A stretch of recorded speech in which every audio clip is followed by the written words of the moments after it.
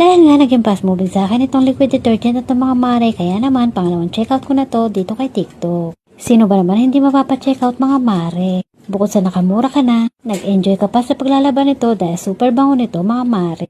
Sa totoo lang mga mare, sa sobrang bango nito, hindi mo na kailangan gumamit pa ng downy kaya napakalaki tipid talaga sa paglalaba mga mare.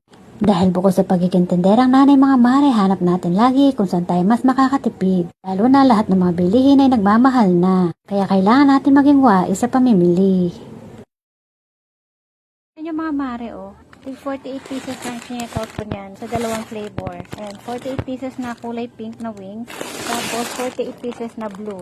Kasi simula nung nagtinda ako nito, bali second order ko na nga ito kay TikTok. Naging mabenta ito sa akin kasi nga napakabango niya. Tapos ito na rin yung aking ginagamit na pang laba. Ang dami diba?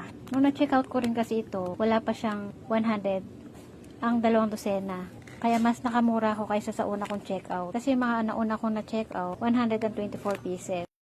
Noong first time ko nga kasi magtinda nito mga mare, yung unang checkout ko nga, sinubukan ko muna siya na panlaba. Para kapag inalok ko sa akin mga customer, hindi ako mapahiya. So after ko nga siyang subukan na panlaba, naganda naman ako at nabanguhan.